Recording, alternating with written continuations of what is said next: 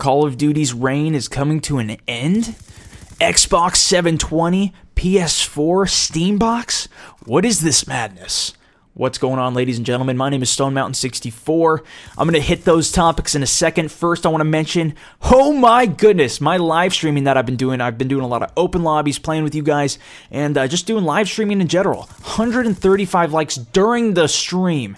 Insane. All of that support you guys are showing me really encourages me to do more. Same thing when I see all that support on my And We're Live, encourages me to do more. And another thing, on my 10,000 subscriber special video, that got tons of ratings that were super positive, so thank you so much for that. The comments were the nicest things in the world.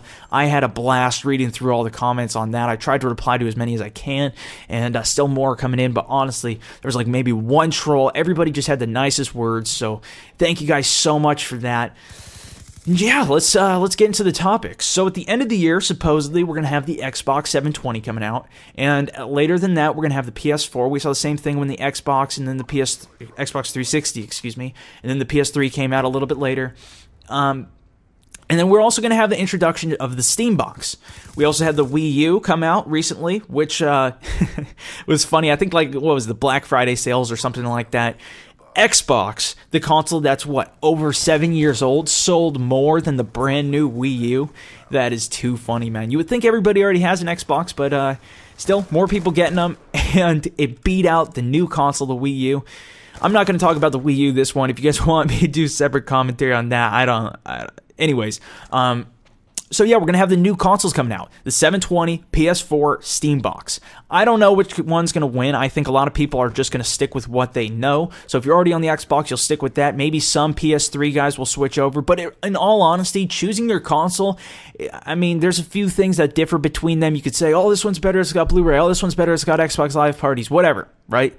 The main thing that really draws people to it is what their friends play. I play Xbox because every single one of my friends had an Xbox. Nobody had a PS3, you know. They had Xbox Live. Nobody had PS3 at my school, so that's what kind of decided me to get an Xbox, so I got used to that.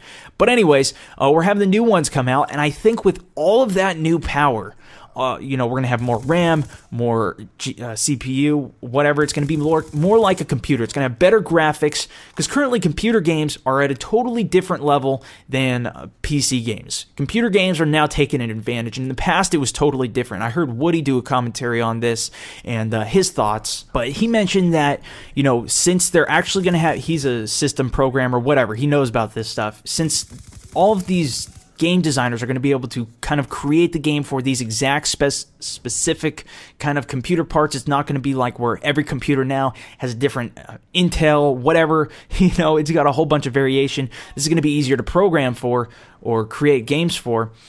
Here's my thoughts. We have games like MMORPGs like World of Warcraft that are freaking huge, but there's huge barrier to actually play it because, you know, you need a good gaming PC that can cost upwards of $1,000, and if you're not in the game for spending a few $1,000s, you just want to spend, you know, $200, $300 for a console. If you can get all of that power out of a console and get these great games, I think that this is going to take down the Call of Duty kind of scene, because we have Call of Duty where it's an MMO, you can kind of level up, you get some more guns, you get some more attachments. It's pretty interesting, but there's no real storyline, there's nothing like that, and I've noticed that RPGs have been very huge. We saw this with like Far Cry 3, which has been huge. They kind of incorporated guns and made it kind of a variation off of Skyrim, but one thing that they're lacking is the MMO aspect of this massive multiplayer experience where all of these hundreds and thousands of people, millions of people in the case of like a game like World of Warcraft, one that I used to play,